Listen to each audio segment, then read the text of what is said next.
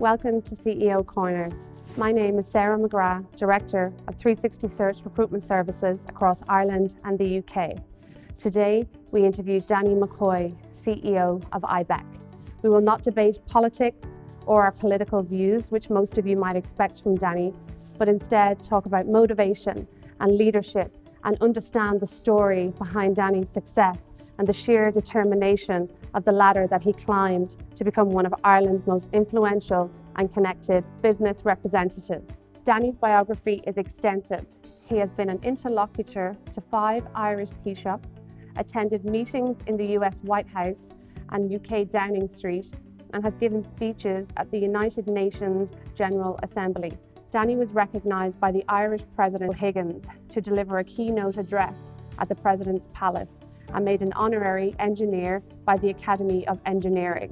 Danny received a knighthood from the Italian Republic in 2022, is an adjunct professor at Trinity College and is a member of the Royal Irish Academy, considered Ireland's highest academic honour, and we're delighted that Danny is joining us on CEO Corner. Danny, welcome to CEO Corner. Thank you, Sarah. So I'd like to start by understanding your story and your background and being a Galway man. So what was it like for you growing up in Galway? Well, it was really nice at the time, and then even in retrospect, it seems even better. Tuam is a town in North Galway, so it's kind of like Mayo out for a good time. And it had lots of schools and lots of borders, which meant that, as a teenager, you had lots of people from different towns and different experiences. So it had a kind of an urban feel, and it had a great tradition, Tuam, as well, as being a kind of an ecclesiastical town and former, capital of Ireland. So really rural, but yet a bit of an urban feel, and I kind of like that, particularly in retrospect. I thought it was a kind of an edge. We used to play basketball, and it was a bit of Americano in the 1980s, as well as we dreamed of better places. Yeah, I know. And are you back in Galway much? Are you still connected? Yeah, still connected. My mother and sister still live there, and the nature of IBEC as well, we've offices in Galway and around the country, so I get to the west of Ireland a lot in business. Yeah, that's great. And I guess from Galway, going to university and really, wanting to be an ambitious man, wanting to start your corporate career, what sort of challenges and obstacles did you face when you were trying to enter into the corporate world? Yeah, I think in retrospect, I wanted to join the Army Cadets when I was in secondary school. My eyesight let me down ultimately on that one. But the role of role models, seeing things. So there was, those guys in Tuam who were in the army, and that, seeing role models was really significant. It really has struck me through my career. That point, if you can't see it, you can't be it. And my main interest, I did commerce, but I always wanted to be an economist. And didn't know whether that was going to be possible or not, because again, that was something that was being described in the 1970s, 1980s Ireland. The economy was so bad, and economists were given much more prestige than they are now, I would contend, because we were clutching at hope and wondering, was there going to be somebody like a T.K. Whittaker or Martin O'Donoghue in the early 80s? We were clutching to say, will somebody turn this economy around? And so I was really attracted by that, this idea of a role model economist. During points in your career, Danny, you have been presented with significant opportunities, and one opportunity that was presented to you was to be an advisor to a past Taoiseach, an opportunity you decided to turn down. No doubt you analysed. What assessment did you make about that role, and why ultimately did you decide to not take it? Yeah, it was nothing got to do with the individual. But it was got to do with something that at the time I reflected on, is that I'd rather fail on my own terms than fail with somebody else or succeed with somebody else. It's not that I'm averse to teamwork or whatever, but in terms of that kind of personality-driven aspect of a partnership, I guess I'm kind of a more lone contributor. And much more to determine my own fate by what I do, or my own limitations as well, not succeed. So it was really no foresight in it, but it was a moment that made me decide, I think I'll lean on my own talents. Yeah, wow, this relentless focus of achieving your goal.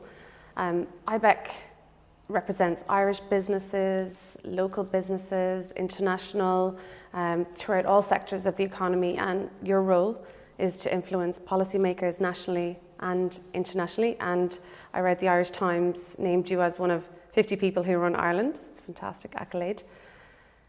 What are your biggest challenges or challenge or something that stands out in your role as CEO?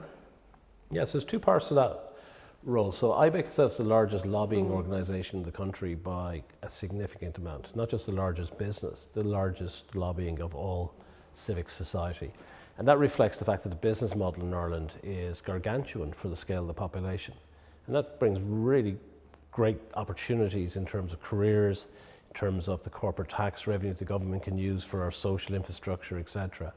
But it also really ups the bar to ensure that an organisation like IBEC is not just fit for purpose for an Irish context, it needs to be a global context. I think a lot of people are surprised by the scale of IBEC. IBEC itself is a big business. Our turnover will be hitting about 45 million this year. We've nearly 300 staff. We own 39 brands and we're in 9 locations.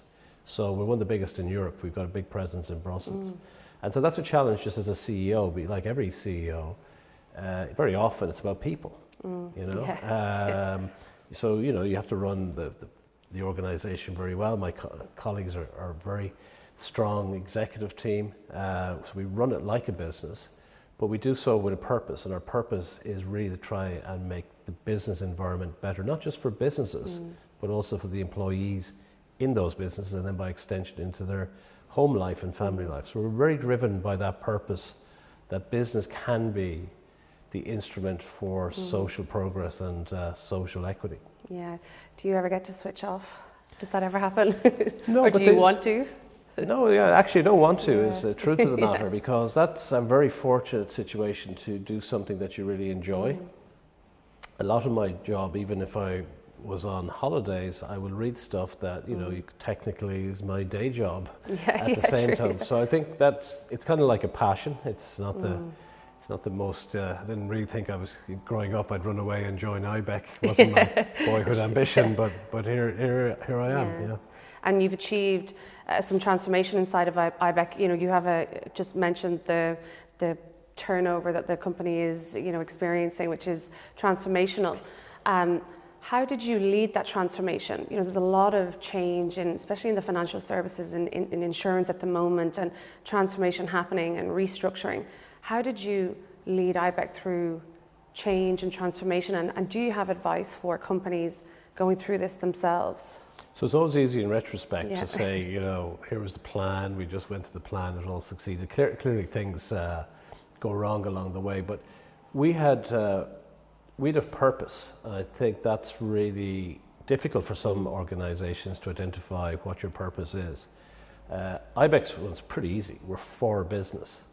And so through that prism, then we were able to structure the business and how do we help business. So we have a very strong employer relations. We have a strong sectoral piece where retailers or drinks industry come together, that the purpose at various levels can solidify different teams, that they know what their part is and what they're what they do actually is a very direct outcome for the business community. And then when you aggregate it all up, it's for business. Yeah. And that sole purpose was really good. And then on the financial side, just run it like the P&L and the balance sheet.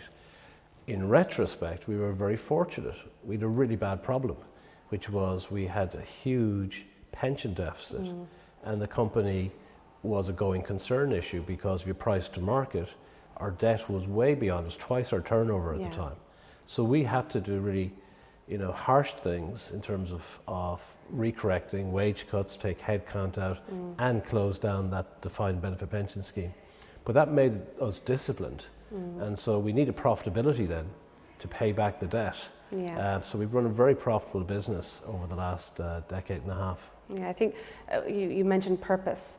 I think that's a big one. We, in 360, there's a time when we had to do that exercise, and it's what do we represent? Like, what is our purpose? What do we stand for? And it's not, sometimes it's not at the forefront of your mind, and it can be for the customer or it can be for the sheer love of it. But I think purpose is a big one, and something that we've had to experience as well. Speaking about thought leadership, something that, again, we want to, I guess, be at the forefront of educating and then informing. And for your role, Danny, it's expected. It's expected by government, it's expected by the economy that you operate in this manner, and also companies. And no doubt it brings pressures that come with that. How do you handle these pressures and constantly upskill and be the voice and be the thought leader? One thing I think is very fortunate as a skill set for this job that I'm doing, it's not unique to it or not necessary that everyone had this analytical framework, but the framework that economics gives you is really useful for business, because everything ultimately is a price or a quantity. We may call them different things in terms of yields or margins or whatever, but you strip it all back, it really is price and quantity. It is supply and demand. And with the confidence of that kind of framework, you can basically put any story as it develops into that analytical framework that my training would have given me. So that's been very useful, because the Irish economy, during my 14 years as CEO, I've gone through some roller coaster of issues that require an economic insight. We're coming off the top of the Celtic Tiger into the Troika period, where the lingua franca was economics, then back into this OECD work on corporate tax, needing to know what all that was about. This led to the explosion that we've had in corporate balance sheets moving to Ireland. We had Brexit with all of the domain from that, then the pandemic, and all the way along, having a framework, whatever your framework is. It may be an accounting framework, it may be a human resource framework. The framework is actually something you can always lean back on. Because otherwise, if you've got no port to go to, then no wind can favour you. It doesn't really matter. You need to know where you want to get the business back into, what shape you want to get it back into. So it goes out of shape, at least you know, well, where's your desire? Where's your purpose? What's your guiding North Star here to get it back in shape? So that's the economic framework's been really useful for me personally in my career. Yeah, and you love it. Yeah, I do love it. So the sheer love of it as well. And it's been really fortunate that Ireland has been the most spectacular economic story in the last decade, both in the ups and the downs. Yeah, that's great. And speaking of the economy and working with companies, you're ingrained, and I guess you see it from all angles with companies that are based here in Ireland, and you work with some of the most prolific CEOs and advise companies. Have you seen a recipe for a successful CEO, or what have you seen that works, that leadership skills that really work? I think perspective and resilience are the kind of two characteristics. The capacity to have perspective might be best described as trying to see what the signal is in any given moment. There's always noise, but a really good CEO can try to pick out what signal is within that noise. Others are reacting to the noise. And so the resilience then to follow your own perspective on it, take a perspective, try and see what the right thing to do, and then be resilient.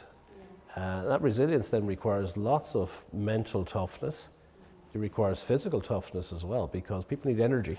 And the best leaders may come in all kinds of shapes and sizes, and they may not be apparently going to be the fittest people by observation, but you'll see that their energy levels are really strong. And that may be because they're passionate.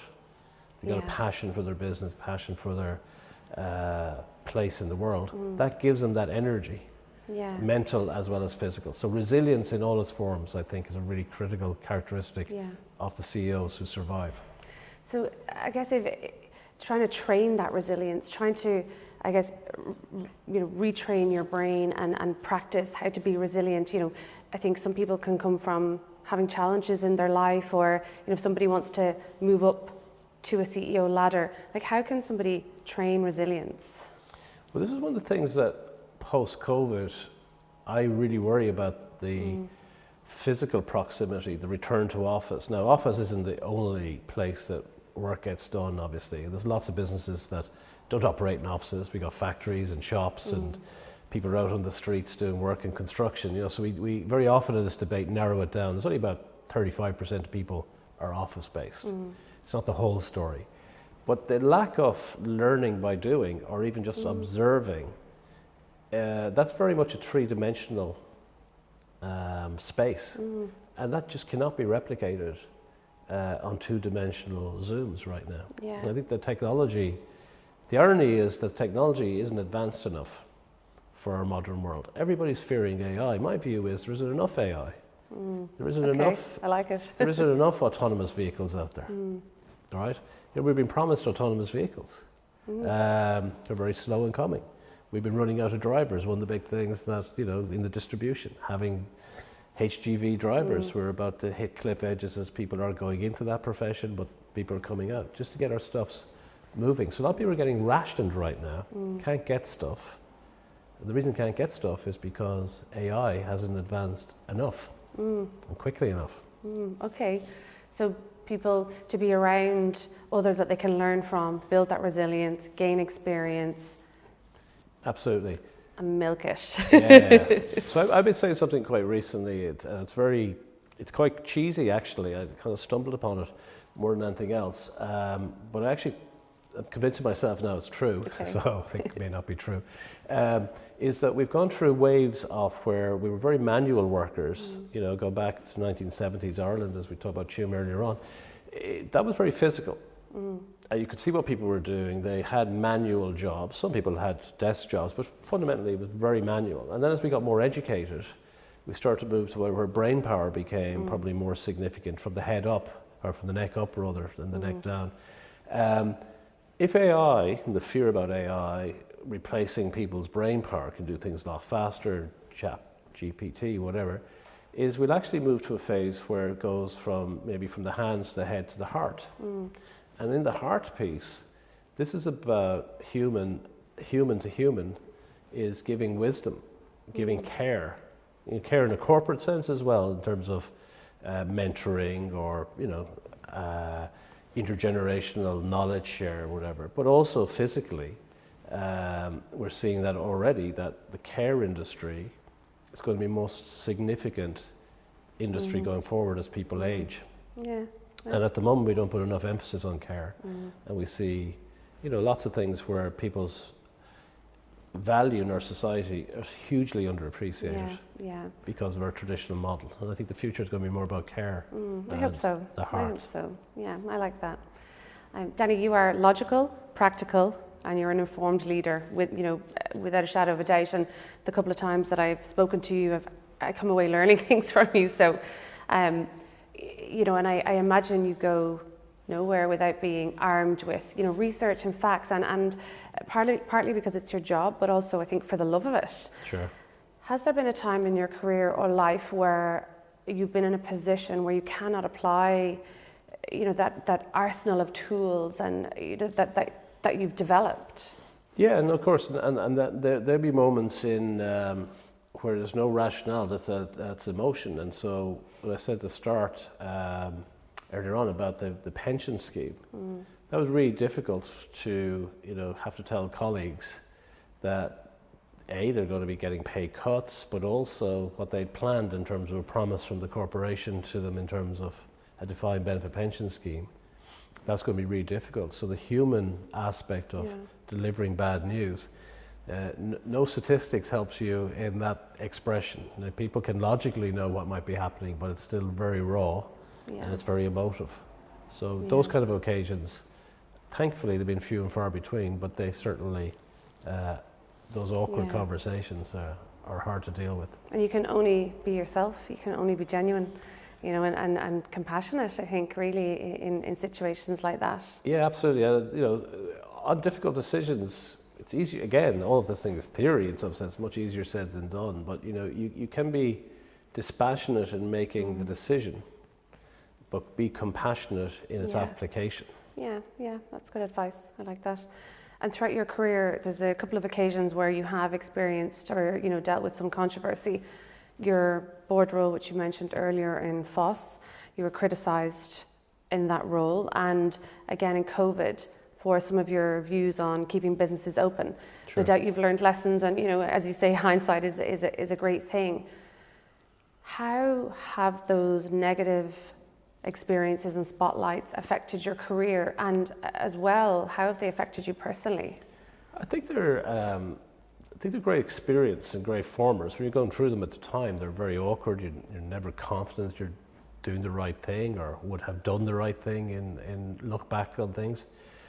But what they give you is a sense of pattern recognition.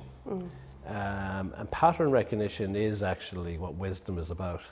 I like it. And so, longevity, everything passes as well. That's probably, the greatest advice an older generation to give to a younger generation. Everything passes. What you think will be awful, catastrophizing about stuff, it will pass. And that other piece of advice, I guess, is like some of those mornings you wouldn't want to get up when you're being criticized, is, if you can, always show up. Yeah. It's never as bad as you thought in the middle of the night. Yeah. And if you don't show up, you'll be still thinking that could have been awfully bad, but there's another day, and you've got to avoid that day as well. Your best always show up. Yeah. What's the worst that could happen? Yeah, it's dig deep. Yeah. Wear your armour. And before we finish up, Danny, can you share some of your views on positive outlook for Ireland over the next couple of years? Yeah, look, I'm really positive about the future. One of the greatest things going back to kind of humanity is that the longer you live, the greater potential you have to spend time with the people that you admire and love and have experiences and create memories. And it's probably the biggest characteristic of all. And if a society and an economic system can give you more people living longer, then that must be the criteria of success. So when you stand back, the world has never been better. Yet people worry about the environment because of the amount of people and so on. And, people want to stop the population growth, etc. We can deal with the environmental things together, adaptive. We can adapt, we can get there.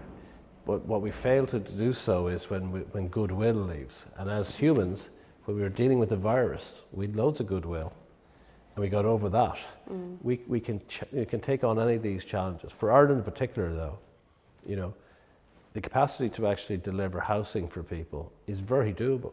Like, we were building up to 90,000 houses 15 years ago. We're only 30,000 now, and we've got at least 1.5 million more people.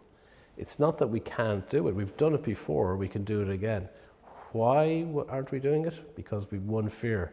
We're afraid of making builders rich. So if that's your criteria, if you're always going to go negative, you won't get the houses, unfortunately. Okay.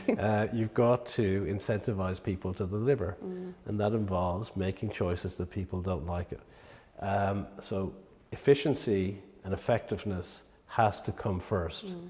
Equity can be sorted out afterwards. Great. That's why you're in the role you're in, Danny, because I know you'll get that sorted. So we have 3 fun questions to wrap up our interview. Sure. So the first one is, if you were stuck on a desert island, what 3 items would you bring and why? Well, if it's a truly desert island, I probably won't be able to do the thing that I most spend my time with and love, which is the iPad. Yeah. That kind of window on the world. You can make it as you want it. Oh, make it as you want it. Well, I've had the power and the internet. If you're having to be alone on the island, then my iPad would certainly be coming with me. Yeah. But if you're in a traditional island, I think, having some pen and paper and something like a maths book, something to challenge you. Keep you stimulated. Because I know I'd never get to the end of that book. And if you could scribble your thoughts along the way, I think that would consume me in terms of time and pass the time at least. Right, and you'd be trying to find how to survive as well, chopping down trees, finding berries. I don't think I'd be that person. I'd be sitting there writing, hoping somebody would find me. Yeah, sending notes. Yeah. And what was the last book or podcast that you listened to or read? Yeah, I actually reread a book recently, which I thought was fantastic. The first time I read it, I learned so much from it. It's called The Supreme Court by Rune McCormack. Rune has subsequently gone on to become editor of the Irish Times. But it's a book I'd recommend to anybody to read. It's called The Supreme Court, and it's written in a style that's very entertaining, but it really opens up a different perspective on the last century in Ireland when you look at it through what happens down in the Supreme Court. And most people don't think about what happens down there a little bit, but how it shapes our social life, how it changed a lot of the agenda that's now deemed to be positive in Ireland in terms of the kind of liberal agenda. More of that was done down the courts than people realise, in contrast to what happened in Kildare Street, for instance. Okay, it's a bit of history. But it's a really good read as well. It's entertainingly written. And if you were to host a dinner party, which 3 guests would you bring? Oh my goodness, famous people, I presume. Well, actually, Richard Feynman is a scientist who it was really entertaining and so on. I was fascinated by Feynman. Somebody like Churchill, I think, as well would be interesting. And then on gender balance, possibly to annoy me, but nonetheless, that's a good challenge. I'd bring Greta Thunberg. Okay, I'd like to see that debate. Danny, thank you so much. I appreciate your time. Thank you.